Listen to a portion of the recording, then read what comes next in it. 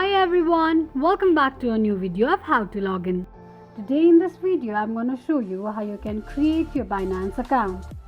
Watch the video till the end. To create your Binance account, firstly open your Binance application. The official page of Binance will appear on the screen. Click on sign up option. Tap on sign up with email or phone. To create an account, enter your email address or phone number and then click on next. By creating an account, you will agree to the Binance terms of service and privacy policy. On the next page, enter your verification code and click on submit.